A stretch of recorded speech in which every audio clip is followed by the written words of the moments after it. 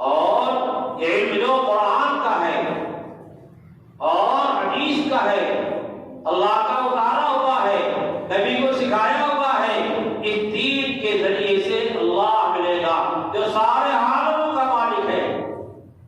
جب اللہ مل گیا تو سارا عالم ہمارا ہے۔ عالم کو انسانوں کے واسطے پیدا کیا ہے، ہمارے اور آپ کے واسطے پیدا کیا ہے، اور ہمیں اپنے واسطے پیدا کیا ہے، آخرت کے واسطے پیدا کیا ہے۔ مگر ہم کیا کرتے ہیں؟ ہم الٹے چل رہے ہیں۔ پرنتو حضور حیات دنیا قرآن شکایت کر رہا ہے، تم تو دنیاوی زندگی پر ریجھنے لگے، والآخرۃ خیر وابقیٰ، کیونکہ آخرت جو ہے بہتر اور افضل ہے اور ہمیشہ کی چیز ہے۔ اس لیے تقویٰ جو ہے یہ ایسی چیز ہے، ان برائیوں سے تقویٰ روکے گا، اللہ کی محبت و معرفت روکے گی۔ جب اللہ کو پہچان لیں گے، اور اللہ کو پہچاننے کا مطلب کیا ہے؟ اللہ کی ذات و صفات کا علم ان کے جاننے والوں سے سیکھا جائے، محمد رسول اللہ صلی اللہ علیہ وسلم سیکھا جائے، اور آپ کے شہدائیوں سیکھا جائے، اور آج تک حضور پاک صلی اللہ علیہ وسلم کے دین کو باقی رکھتے ہیں، یعنی اس قرآن کو ان سے سیکھا جائے۔ جب اللہ کی پہچان آئے گی، اسی لیے بزرگوں کے یہاں کیا ہے؟ اللہ کا استحضار کرایا جاتا ہے، یعنی بندے کے دماغ میں ہر وقت اللہ کی ذات حاضر ہو۔ جب اللہ کی ذات ہمارے دماغ میں حاضر رہے گی تو جیسے باپ ہمارے سامنے موجود ہے، ہم کوئی غلطی نہیں کرتے، استاد موجود غلطی نہیں کرتے، بڑا موجود غلطی نہیں کرتے، اللہ دیکھ رہا ہے۔ اسی بات سے استحضار سکھلایا گیا ہے کہ اللہ کی عبادت کا حق یہ ہے کہ گویا تم اللہ کو دیکھ رہے ہو، اور دوسرے کو بھی سکھایا گیا کہ اگر نہیں دیکھ رہے تو اللہ تمہیں دیکھ رہا ہے۔ کم سے کم یہ تصور تو کر سکتے ہو، اللہ دیکھ رہا ہے، اللہ دیکھ رہا ہے۔ کیا کہا؟ قُل لِّلْمُؤْمِنِينَ يَغُضُّوا مِنْ أَبْصَارِهِمْ وَيَحْفَظُوا فُرُوجَهُم۔ مومنین صاحب فرما دیجیے، جگہ نیچی کر کے چلا کر اور اپنی شرمگاہوں کی حفاظت کریں۔ معلوم یہ کہ نگاہ ایسا تیر ہے، اس نگاہ کے ذریعے سے جو ہے دل میں سامنے والے کی محبت آتی ہے، مرد کے دل میں عورت کی محبت آتی ہے، اور دل میں مرد کی محبت آتی ہے، اور بھی یہ کیا کرتا ہے کہ محبت ایک دوسرے کو شکار کر لیتی ہے۔ اس لیے آنکھ کی حفاظت کرتے چلو تو شرمگاہیں محفوظ رہے گی، اور یہ بھی سامت عورتوں پر دیکھیں۔ وَقُلْ لِلْمُؤْمِنَاتِ يَغْضُضْنَ مِنْ أَبْصَارِهِنَّ وَيَحْفَظْنَ فُرُوجَهُنَّ۔ مومنات خواتین سے کہہ دیجیے کہ وہ بھی نگاہ نیچی رکھا کریں، اجنبی مردوں کو نہ دیکھا کریں۔ اجنبی مردوں کو دیکھیں گی تو دل میں خیزان پیدا ہوگا، پھر گناہ کا تقاضا پیدا ہوگا، اور یہ نگاہ جو ہے بری نگاہ ہوگی، اللہ کی مرضی کے خلاف ہوگی، اور پھر شرمگاہوں کی حفاظت نہیں ہو پائے گی۔ یہ قرآن کہہ رہا ہے۔ کیا یہ ماحول ہمارا ہے کہ ہم اجنبی عورتوں کو نہیں دیکھتے، اور ہماری نبیات تو مردوں کو نہیں دیکھتی؟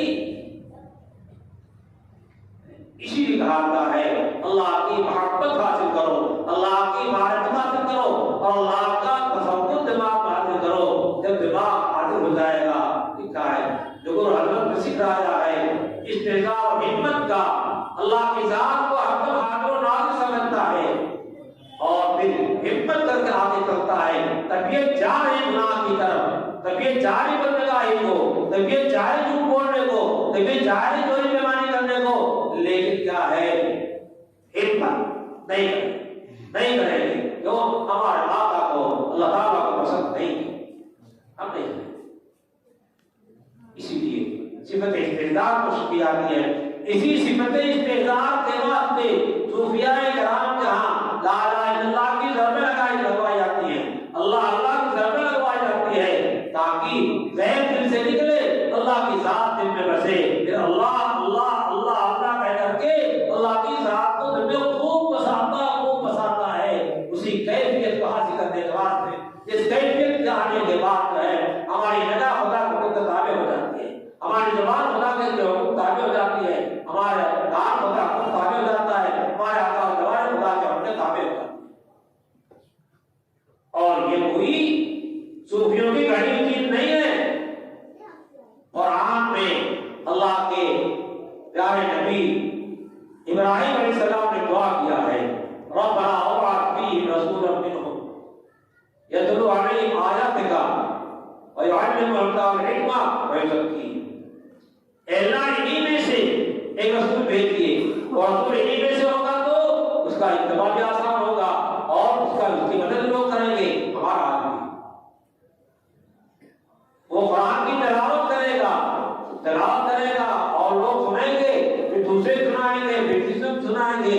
تلاوت کتاب کا ایک مسئلہ چلے گا اور تلاوت کتاب بھی مقاصد میں سے اور مقاصد نبوت میں سے ہے۔ اسے جو لوگ یہ کہتے ہیں تلاوت کرنا بے معنی سمجھے کیا ہے، یہ فضول ہے، انہوں نے اس قرآن کے آیت کو نہیں سمجھا ہے۔ یتلو علیہم آیاتک ویعلمہم الکتاب والحکمہ، اور کتاب و حکمت کی تعلیم دیتا ہے۔ نبی کا کام کیا ہے؟ قرآن کے الفاظ کو سنانا، لوگوں کو بتانا، یاد کرانا، ایسا نبی بھیجیے۔ اور دوسرا کام کیا ہے؟ وہ کتاب و حکمت کی تعلیم دے، انہیں دین سکھائے، شرائع سکھائے اور قرآن کی تفسیر کرے، اللہ کی مرضیات کو بیان کرے۔ اسی بات میں کہا جاتا ہے کہ نبی علیہ السلام کو مفسر بنا کے بھیجا گیا ہے، اور میں نے کہا قرآن کہہ رہا ہے وَأَنزَلْنَا عَلَيْكَ الذِّكْرَ لِتُبَيِّنَ لِلنَّاسِ، ہم نے قرآن نازل کیا تاکہ آپ قرآن کے مضامین کو صاف بیان کر دیں۔ آپ بیان کریں گے، ایک تو تفسیر قرآن سے ہے، تفسیر قرآن سے ہے۔ اب قرآن جو فصل قرآن کے بعد آیات بعد کی تفسیر کرتے ہیں، حدیث بھی ایک حدیث دوسری حدیث تفسیر کرتی ہے، اور احادیث بھی قرآن پاک کی تفسیر ہے۔ اگر نہیں مانتے ہیں تو اقیموا الصلاۃ، نماز قائم کرو۔ نماز کا طریقہ قرآن میں کہاں لکھا ہے؟ رکوع طریقہ قرآن میں لکھا ہے، سجدے طریقہ لکھا ہے، قیام اور سجدہ طریقہ لکھا ہے۔ یہ سب نبی کریم صلی اللہ علیہ وسلم نے بیان کیا۔ ابراہیم امین نے آ کر کے 10 وقت کی نمازیں پڑھ کر کے بتا دیا۔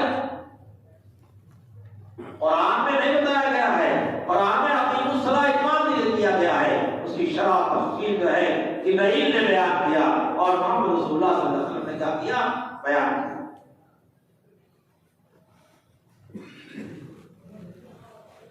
اس طرح دو چیز ہو گئی، قرآن کے پڑھنے پڑھانے کا کام ہمارے مکاتب لوگ کر رہے ہیں، قرآن کی تفسیر کا کام اور قرآن کی شرح کا کام کیا ہے؟ ہمارے تعلق کر رہے ہیں۔ اور تیسری جو دعا کیا تھا حضرت ابراہیم علیہ السلام نے کیا کیا تھا؟ وَيُزَكِّيهِمْ، تزکیہ نفوس بھی کرے گا۔ اور یہ دعا ابراہیم السلام قبول ہوئی، اور دوسری آیت میں اس کو ذکر کیا گیا ہے ہمارا رسولن، اور اس میں آگے جا کر کے ذکر کیا تفصیل سے، اور نبی پاک صلی اللہ علیہ وسلم نے اس کو خوب بیان کیا۔ ایک تو ابراہیم علیہ السلام کی جو دعا ہے قرآن کی، اور دوسری آیتوں میں سورۃ وغیرہ اس کو بیان کیا ہے، سورۃ بقرہ کی آیت دوسری اس میں بیان کیا گیا ہے اسی مضمون کو۔ یہاں تو دعا شکل ہے اور وہاں اللہ تعالیٰ کے احسان کی شکل میں ہے۔ اور کیا ہوا؟ وہ دعا قبول ہوئی۔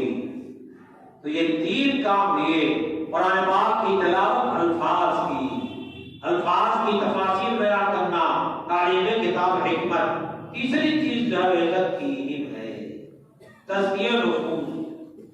چنانچہ ہمارے اکابر نے ہمیشہ اس کو کامل رکھا ہے۔ بالا فرض صاحب ناصر رحمۃ اللہ علیہ ہمارے اس ملک کے بہت چھوٹے علماء میں ہیں، ان کی طاقت کوئی نہیں پہنچ سکتا۔ مولانا رشید احمد گنگوئی ان کے ساتھ ہیں، ان کا علم جو ہے بے پناہ تھا۔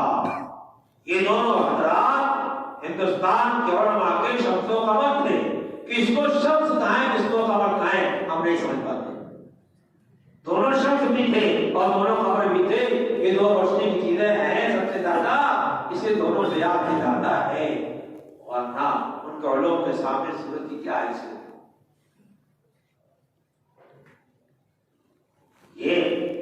یہ ابولا نے بارگاہ لائی ہے، سورج خاتم ہے، چاند خاتم ہے، چاند کو ہماری خدمت کے واسطے پیدا کیا گیا ہے، سورج ہماری خدمت کے واسطے پیدا کیا گیا ہے، ہمیں اور آپ کو اللہ کی محبت و معرفت کے واسطے پیدا کیا ہے۔ ان دونوں حضرات نے حضرت حاجی اللہ کے ہاتھ میں ہاتھ دیا اور آگے بڑھے۔ حاجی اللہ رحمۃ اللہ علیہ کو لوگ جاہل سمجھتے ہیں، نہیں، باضابطہ عالم نہیں تھے، بس یہ سمجھیے، اور نہ مذہبی سے شریف کیسے پڑھاتے تھے، تفصیل لکھی ہوئی ہے، شیخ تقیہ رحمۃ اللہ نے بھی تاریخ مشاہد میں بہت خوبصورت لکھا ہے، وہ جامع بات لکھی ہے، وہاں جاتے کی اور اللہ نے لکھی ہے۔ ان حضرات نے حاجی صاحب کا من پکڑا، حاجی صاحب باضابطہ عالم نہیں تھے، حاجی صاحب فرماتے تھے کہ اللہ تعالیٰ کی سرکاری ہے کہ مجھے ان کا پیر بنا رکھا ہے اور ان کو میرا مرید بنا رکھا ہے، انہیں چاہے کہ میں مرید ہوتا یا مرید ہوتے۔ حاجی صاحب کتنا ہوتا اللہ سمجھتے تھے، اس وقت سے آٹھ نے یہ نسبت چل رہی اور ابتداء قیام مذاہب سے یہ نسبت چل رہی۔ شیخ تقیہ رحمۃ اللہ علیہ سے عالم میں خانقاہیں قائم ہوئی، مکے میں جن کی وجہ قائم ہوئی، مدینے میں قائم ہوئی، افریقہ میں قائم ہوئی، زامبیا میں قائم ہوئی، پاکستان میں فیصل آباد وغیرہ قائم ہوئی، بنگلہ دیش میں قائم ہوئی۔ شیخ کی خانقاہ جو ہے ہندوستان کے باہر ملکوں میں چل رہی ہے اور مستقل جو ہے سیاست کی وجہ سے چل رہی ہے۔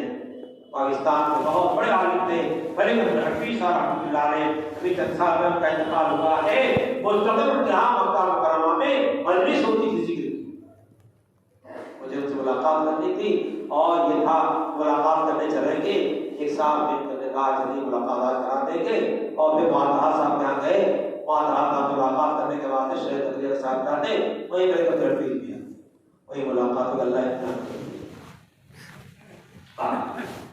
جاری ہے۔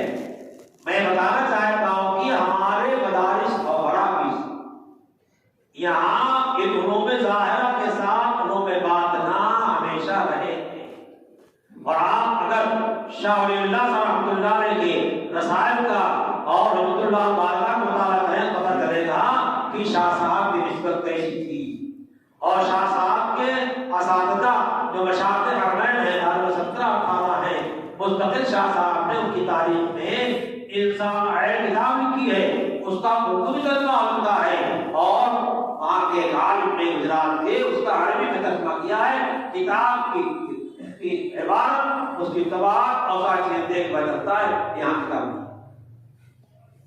اس میں 18 مشائخ حالات لکھے ہیں، ان کے خلفہ وغیرہ بھی کیا ہے، تذکرہ کیا ہے، انسان العین۔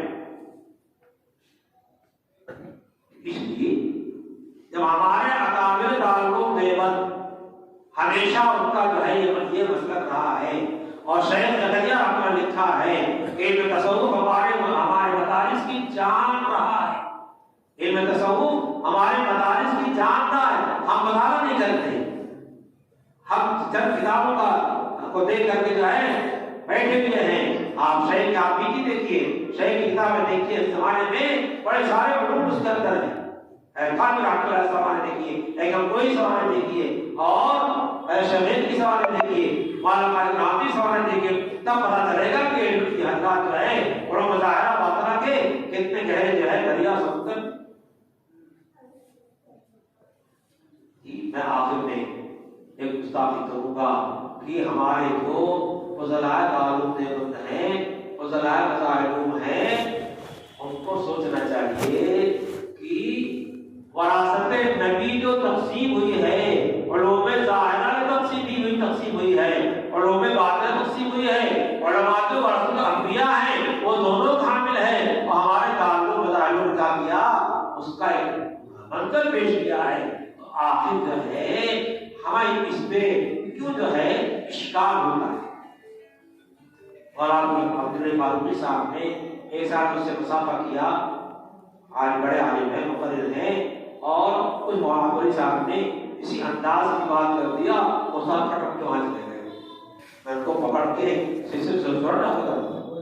میں کہنا چاہتا ہوں کہ تعلق کی بنیاد اس پر ہے، تعلق کی بنیاد سے چیز چل رہی ہے، اس لیے اگر ہمارے اندر نئی چیز ہے تو ہماری کمی، ہماری کوتاہی ہے.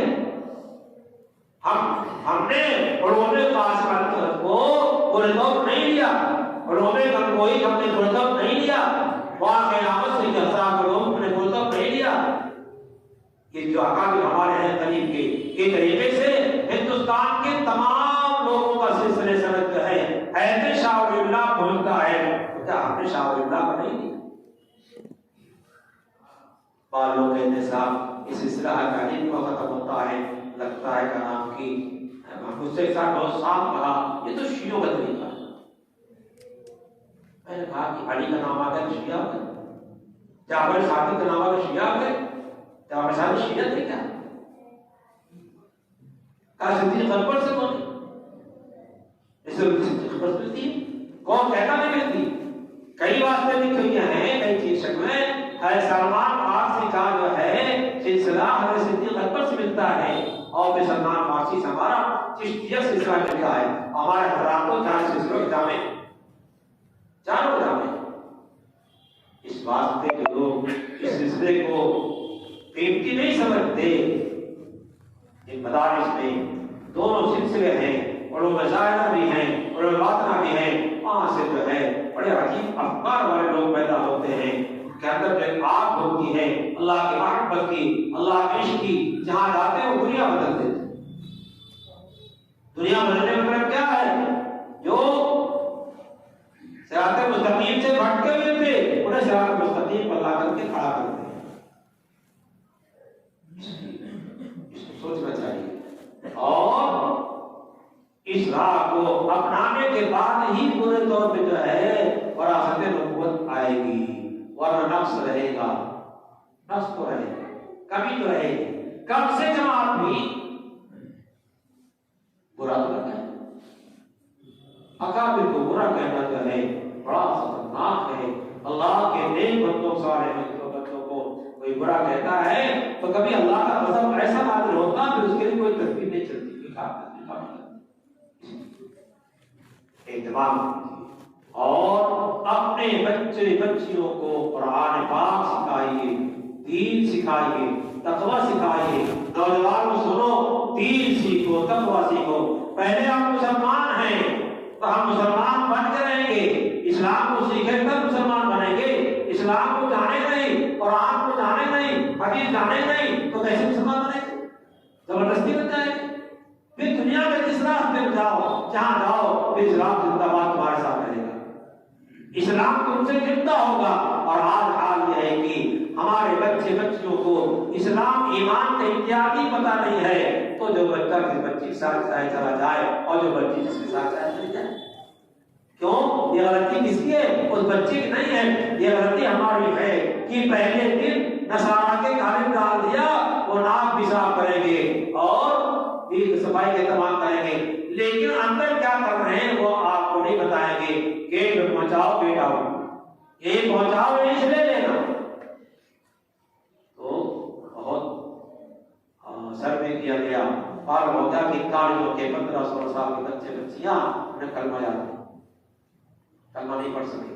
بلکہ تزکیہ پڑھیا نہیں بتا رہا. کلمے کی تشریح کیا کریں گے؟ کلمے کے مضامین کیا بیان کریں گے؟ خاتون پاک کے سفر میں علماء کے بعد تھے اور وہاں بات بھی، اور کہنے لگی کہ آپ لوگ کیوں عورتوں پہ ظلم کرتے ہیں ہندوستان میں؟ میں بھی مسلمان ہوں، بے ایمان مسلمان ہے، بے ذاتی مسلمان ہے، بے ذاتی مانی مسلمان ہے. کیا فرق کرتے ہیں؟ کہاں دوپٹے پہ کمزور کو ڈالتے ہیں. یہ اسلام کا جو ہے آزادی آزادی. بہت پوچھ دیا کہ اچھا بتائیے آپ کلمہ جانتے ہیں؟ کبھی لا الہ الا اللہ محمد رسول اللہ، کہاں رسول اللہ سنا؟ اپنی مشت کو مسلمان بتا رہی ہے اور رسول اللہ سنا ہے، جانتی نہیں. یہ کوئی قضایا فرضیہ نہیں ہے، یہ حالات ہیں. اور ہمارے اوپر جو حالات ہیں، ہمارے بچے بچیاں بے راہ رو ہیں، ان کے اندر کوئی لگام نہیں. لگام یہی دین ہے،